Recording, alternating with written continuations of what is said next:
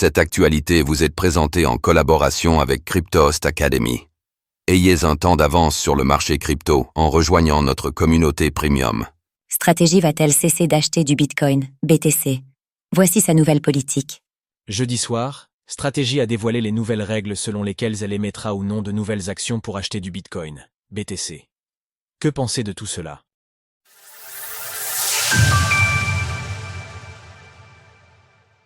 Stratégie réduit son émission d'actions pour ses investissements dans le Bitcoin, BTC.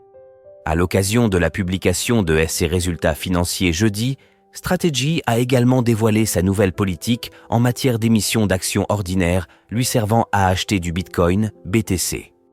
Avec sa nouvelle logique, Stratégie va utiliser la valeur de sa MNAV, un indicateur dont nous avons expliqué le fonctionnement en juin dernier, dans un article dédié aux trésoreries Bitcoin.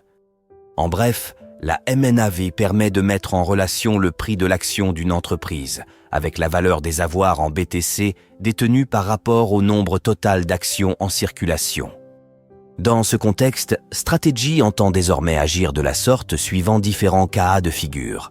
La MNAV est inférieure à tout, 5x, aucune émission d'actions, sauf pour payer les intérêts de la dette ou les dividendes d'actions privilégiés. La MNAV est comprise entre tout, 5x et 4x, émission ponctuelle d'actions pour acheter des bitcoins. La MNAV est supérieure à 4x, émission active d'actions pour financer des achats de bitcoin. À ce jour, la MNAV de Stratégie est de 1, 78x, ce qui suggère dès lors une pause dans l'émission d'actions ordinaires. À partir de ces annonces, notons aussi que plusieurs observations peuvent être faites. Ce qui frappe dans un premier temps, c'est que l'entreprise assume d'imprimer de nouvelles actions pour payer les intérêts de sa dette ou des dividendes. D'après le tableau ci-dessous, Stratégie est endettée à hauteur de 12,5 milliards de dollars et les obligations en circulation lui coûtent en moyenne 0,421% par an. Dette de Stratégie. Compte tenu de ces chiffres, les intérêts de cette dette s'élèveraient ainsi à 52,63 millions de dollars chaque année. Nous reviendrons plus en détail sur les résultats financiers de Stratégie dans un article dédié, mais il convient déjà de souligner qu'en matière de chiffre d'affaires, l'activité historique de logiciels de l'entreprise a rapporté 462,4 milliards de dollars au cours des 4 derniers trimestres, un montant qui semble bien faible au regard du poids de sa dette. Par ailleurs, nous avons déjà souligné à plusieurs reprises un certain manque de congruence entre les propos critiques de Michael Saylor vis-à-vis de la planche à billets des monnaies fiat et la régularité avec laquelle Stratégie émet de nouvelles actions.